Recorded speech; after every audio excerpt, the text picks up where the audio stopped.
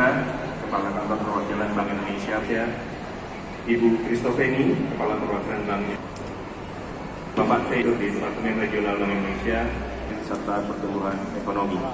Maka dari itu, kami mengangkat tema Kenduren 2024, yaitu sinergi memperkuat generasi muda untuk mengakselerasi pertumbuhan ekonomi yang berkelanjutan.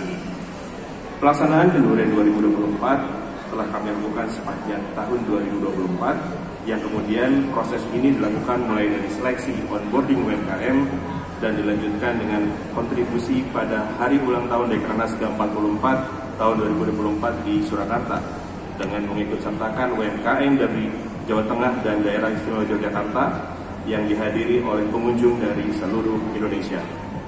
Selanjutnya, kegiatan demi kegiatan dimulai dari persiapan kurasi UMKM di berbagai sektor untuk mendukung pengembangan UMKM Soloraya, dan puncaknya adalah penyelenggaraan kegiatan Kenduren UMKM Soloraya tahun 2024. Untuk mendukung pelaksanaan Kenduren UMKM Soloraya tahun 2024, berbagai upaya telah kami lakukan, yaitu yang pertama, kurasi pelaku UMKM se-Soloraya untuk mendapatkan pelaku usaha unggulan yang memiliki daya tahan yang kuat. Dalam kegiatan tersebut, dari 358 pelaku usaha yang mendaftarkan, terdapat 70 pelaku usaha unggulan yang telah lolos kurasi.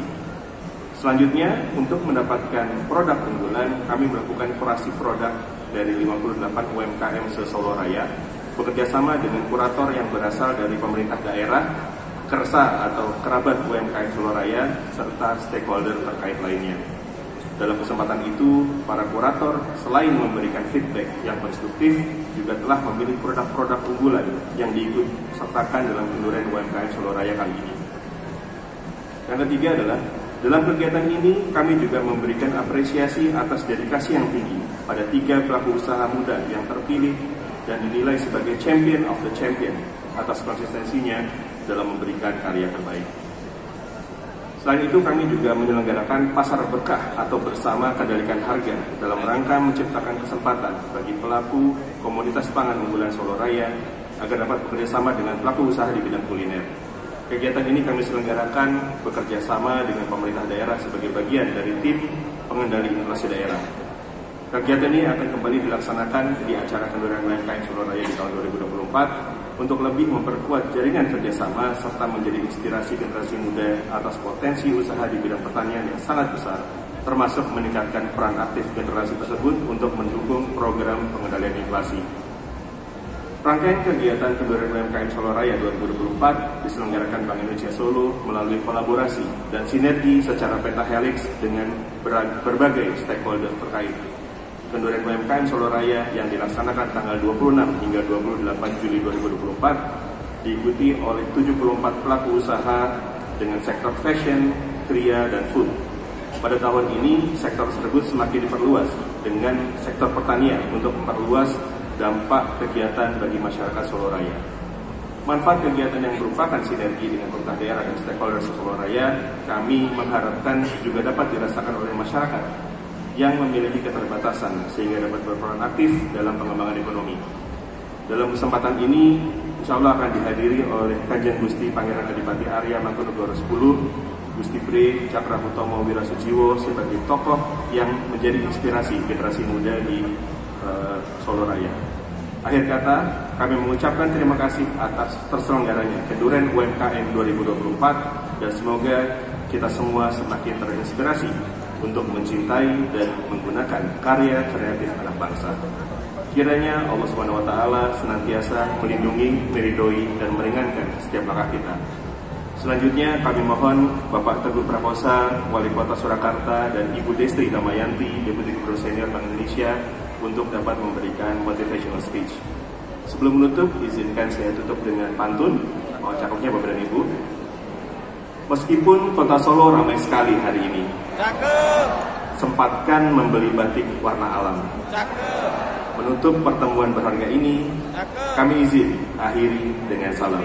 Wassalamualaikum warahmatullahi wabarakatuh. Mas Anto, selaku tuan rumah, Forkopimda yang saya hormati, Bapak Ibu Perda. Hanya saja di pasar tadi tidak nyanyi. nyanyi ya. Ini yang keempat kali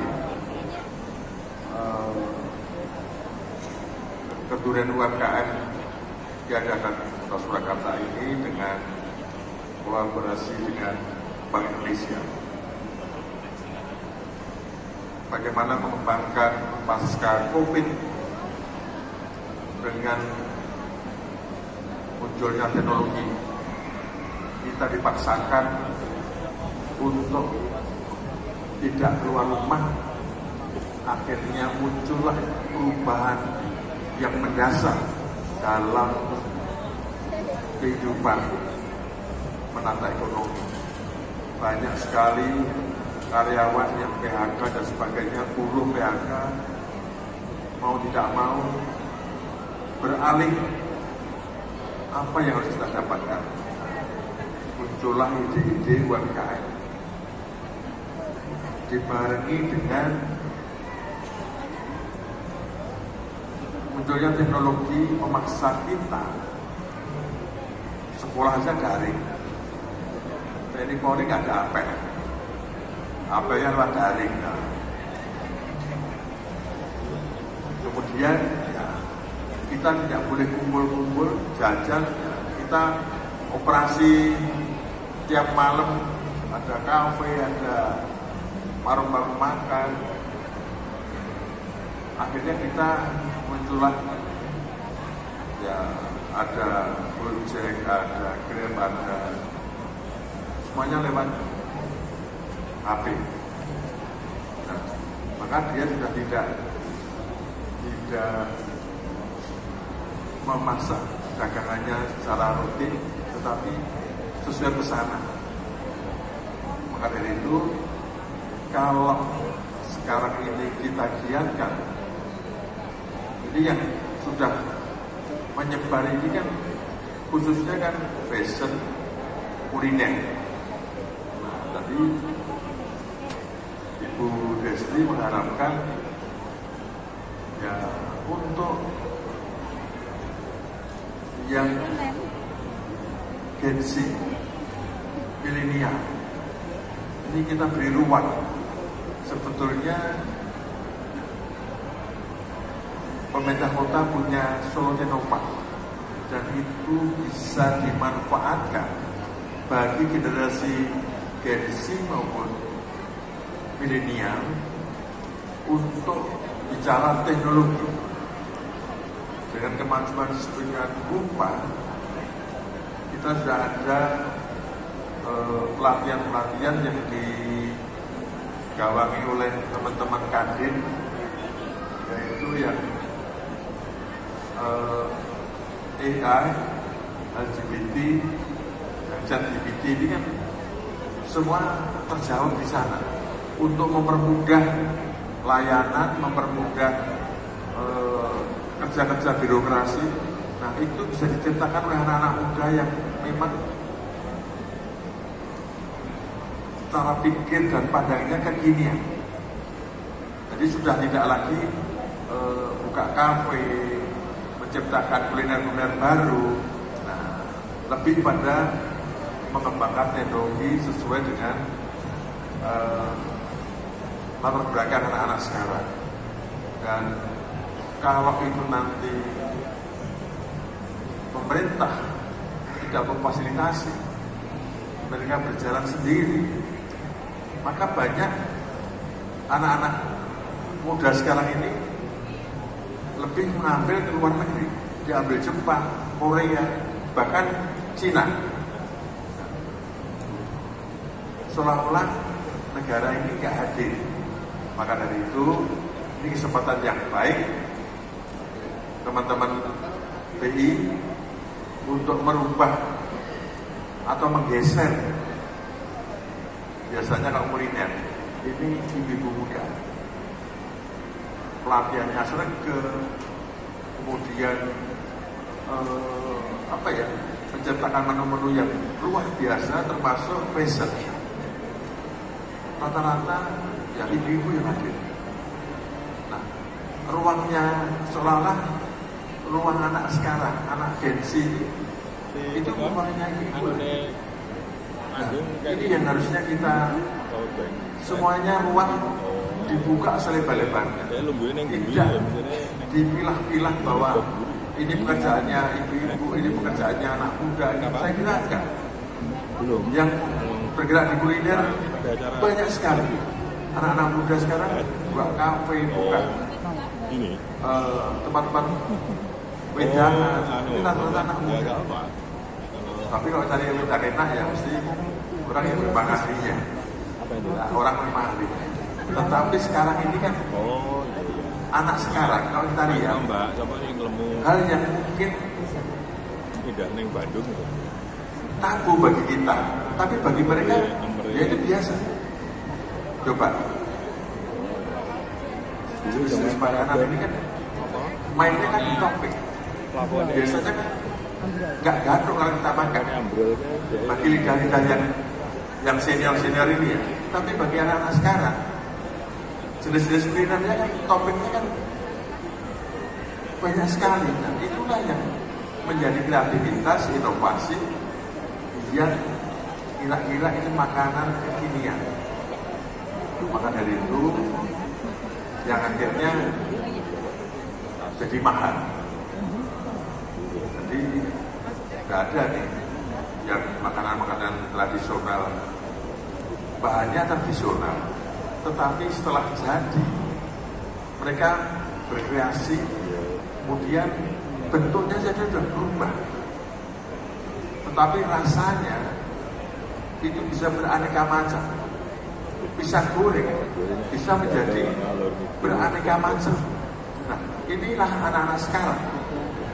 Mungkin bagi kita itu pisang goreng, tapi sebetulnya bahannya adalah pisang.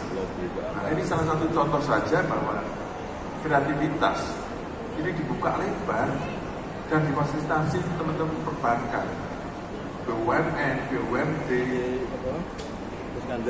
bila swasta yang ada di sekitar kita. Maka dari itu kesempatan yang baik ini Kementerian UMKM yang keempat kalinya pasca COVID, dan Kota Surakarta terus mengejar untuk anak-anak diberi ruang yang lebih luas, dan ini tanggung jawab kita bersama. Karena 70% bonus demografi 2045, 70% adalah anak-anak muda yang akan memimpin Indonesia. Berkisar antara 40-45 tahun. Kami nanti sudah bicara di Tol Cigandung, ada Karang Taruna, kemudian di Hotel Surya Signa ada mahasiswa dari Provinsi Riau. Semuanya cara sama. Negara hadir di mana?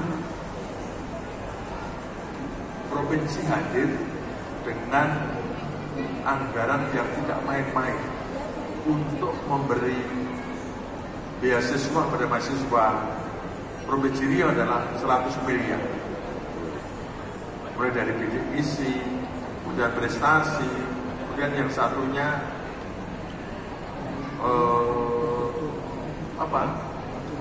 kalau dengan pemerintah ini kata dinas. Nah mestinya nanti perbankan juga berani untuk berperan aktif pada beasiswa mahasiswa yang prestasi, agar mereka juga berkesempatan